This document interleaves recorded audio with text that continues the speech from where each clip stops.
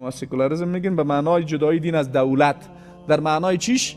در معنای سیاسیش. در معنای فلسفیش به معنای جدایی دین از زندگی به صورت کامل. دقت کردین؟ طبعا زندگی ابعاد اعتقادی و اخلاقی و اجتماعی و سیاسی و اقتصادی کلش داره. در مفهوم فلسفی سکولاریسم به معنای از اینکه دین کاملا از زندگی میکشین. در مفهوم سیاسی چیزی که حداقل از بخش سیاسی چی میکنین؟ دین میکشین. و وقتی که اجازه دخالت را ندادین برای دین در امور سیاسی، طبعا باز اجازه تعرض بر از او را میدین. در مفهوم فلسفیش سکولاریسم مترادف الحاد است، یعنی انکار وجود خدا در همه هستی و در همه زندگی، انکار همه امور غیبی که در این تعریف مساوی است با کمونیسم. کلمه سکولاریسم دو مفهوم داره، یک مفهوم فلسفی و فکری و یک مفهوم سیاسی.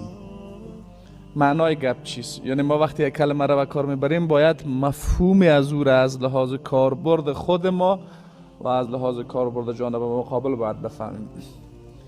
در مفهوم فلسفیش سکولاریسم مترادف الحاد است، یعنی انکار وجود خدا در همه هستی و در همه زندگی، انکار همه امور غیبی که در این تعریف مساوی است با کمونیسم.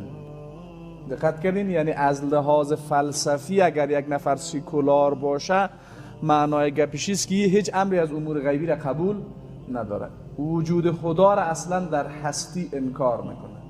مادیگرایی مترادف کلمه مادیگرایی، مترادف کلمه الحاد، مترادف کلمه کمونیسم و اینا با این کلمات از لحاظ مفهومی مترادف می آید.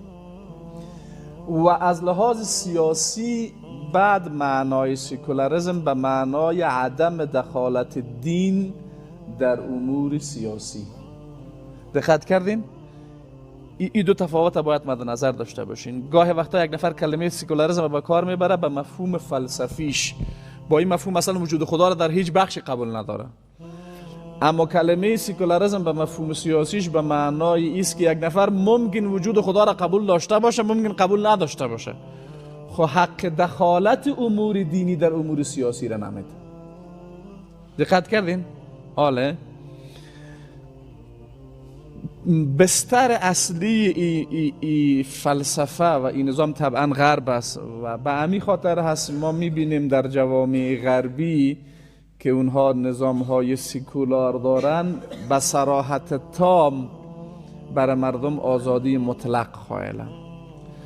هر دوی از اینها کلمه غالبا کلمه دموکراسی به عنوان روش حکومتداری را بگن که از طریق نظام های سکولار به اصطلاح ارائه میشه. دقت کردین این مفاهیم؟ یعنی مثلا یک نفر میگه نظام دموکراسی زیربنای فکری و فلسفیش سکولاریسم و هیومنیسم است. هیومنیسم یعنی انسانگرایی. این انسانگرایی و این هیومنیسم و این سکولاریسم و این دیگه اندیشه های ضد دینی در چی بستره و چرا پیدا شدن؟ فهمیدن عوامل یک مکتب فلسفی و فکری ما را در فهم حقیقت از او کمک میکنه که بفهمیم چرا این گپ پیدا شده بین مردم. دقت کردین؟ به همین خاطر اگر ما از تعریف عمومی، البته تعریف اصطلاحی دقیق نیست بلکه تعریف مفهومی است که ما سکولاریسم میگیم به معنای جدایی دین از دولت. در معنای چیش؟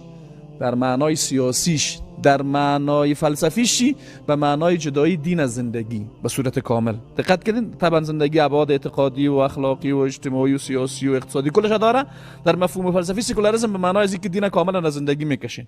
در مفهوم سیاسی چیزی که حداقل از بخش سیاسی چی میکنین؟ دین میکشین.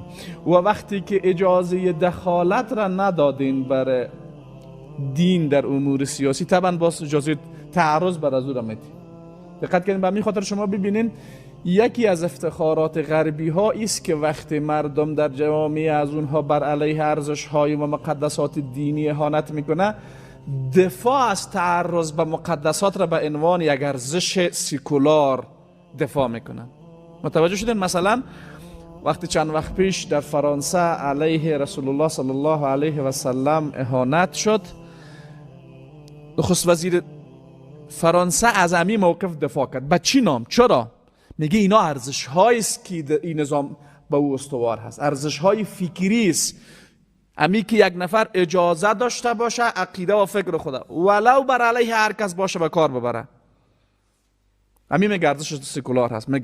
میگه دولت فرانسه به عنوان یک دولت سکولار از ارزش های فکری خود دفاع میکنه و حمایت میکنه و به هیچ کس و به هیچ وجه میگه اجازه نمیدیم که کسی بیای ارزش های نظام ما را چی بکنه؟ نقض بکنه. در اینجا یک بی‌انصافی که یک ایده از سکولارکا و چوچه سکولارا و کسانی که تحت تاثیر دیدگاه های غربی ها هستند آدم خیلی خوب میتونه بفهمه. اینا در ادعاهایی که مطرح میکنن منصف نیستن.